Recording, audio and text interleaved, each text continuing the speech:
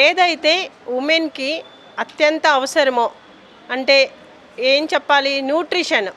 ఇప్పుడు ఎక్కువ మంది ప్రెగ్నెన్సీ వాళ్ళు మా దగ్గరకు వస్తూ ఉంటారు. మాల్ న్యూట్రిషన్‌తో వస్తారు. వాళ్ళకి ప్రెగ్నెన్సీ టైంలో కావాల్సిన అన్ని సప్లిమెంట్స్ ఎవ్వరికీ కూడా ఈవెన్ అది హై క్లాసా, మిడిల్ క్లాసా, లోవర్ మిడిల్ క్లాసా అని ఉండదు. ఎవ్వరికైనా ఒకే విధంగా ఉంటాయి బాడీలో కెమికల్ చేంజెస్, మెటబాలిక్ చేంజెస్ అన్నీ. కానీ ఈ లో మిడిల్ క్లాస్ పీపుల్, కొంచెం మిడిల్ క్లాస్ పీపుల్ వాళ్ళు ఎక్కువ కుటుంబంలో బాధ్యతలు ఎక్కువ ఉన్న వాళ్ళు కూడా కొంచెం అంటే పోషకాహారం లోపం వల్ల ఎనీమియాతో కూడినటువంటి ప్రెగ్నెన్సీలతో మా దగ్గరకు వచ్చినప్పుడు చాలా ప్రాబ్లమ్స్లో వాళ్ళు ల్యాండ్ అవుతున్నారు. అలా కాకుండా ఇప్పుడు అంటే నార్మల్ డెలివరీస్ని ప్రోత్సహించడానికి ప్రభుత్వం కూడా ఎన్నో పథకాలు ప్రవేశపెట్టింది.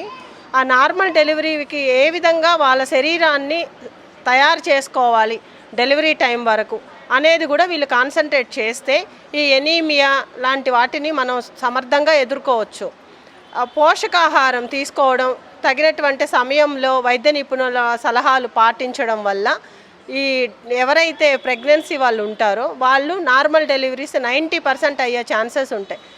ఎక్కువగా తీసుకుంటే వెరీ రేర్లీ మనం సిజేరియన్ సెక్షన్స్ చెయ్యాలి యాక్చువల్లీ. కానీ ఇండియాలో కొంచెం సిజేరియన్ రేట్ కూడా ఎక్కువ ఉంది. అంటే సిజేరియన్ అంటే ఆపరేషన్స్ రేట్ కూడా ఎక్కువగా ఉంది. దీనికి కొంతవరకు పేషెంట్స్ వాళ్ళ రిలేటివ్స్ కారణమైతే కొంతవరకు వాళ్ళ ఆరోగ్యపరమైనటువంటి కారణాలు కూడా కారణంగా ఉంటున్నాయి. ముఖ్యంగా గర్భిణీ స్త్రీలలో వాళ్ళ మానసిక పరిస్థితి కూడా వాళ్ళ కుటుంబ నేపథ్యంలో ఆధారపడి ఉంటుంది.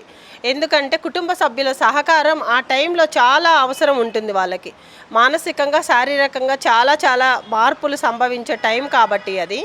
వాళ్ళు అంటే ఎవరైతే ఉంటారో వాళ్ళ హస్బెండ్ కావచ్చు, మదర్ ఇన్లాస్ కావచ్చు, మదర్ కావచ్చు, లేదా ఫ్యామిలీ మెంబర్స్ ఎవరైనా సరే వీళ్ళని కొంచెం ప్రత్యేకంగా చూసుకుంటూ, కొంచెం కన్సర్న్ చూపిస్తూ, వీళ్ళ ఆరోగ్యం పట్ల కొద్దిగా శ్రద్ధ వహిస్తూ, ఆకుకూరలు మనకు దొరికేటువంటి అంటే లో క్యాలరీ డైట్ కాకుండా కొంచెం హై ప్రోటీన్ డైట్ తీసుకుంటూ మంచి మన చుట్టుపక్కల ఉండేటువంటి పరిసరాల్లో నుంచే మనకు ఆకుకూరలు అవంతా చాలా లో కాస్ట్ న్యూట్రిషన్ మనకు అందుతుంది. కాబట్టి వీటన్నిటి మీద కాన్సన్ట్రేట్ చేసినట్లయితే ఏదైతే ముఖ్యంగా ఎదుర్కొంటారో ఎక్కువగా రూరల్ పీపుల్లో మేము గమనించాం ఈ ఎనీమియా విత్ ప్రెగ్నెన్సీ అనేది.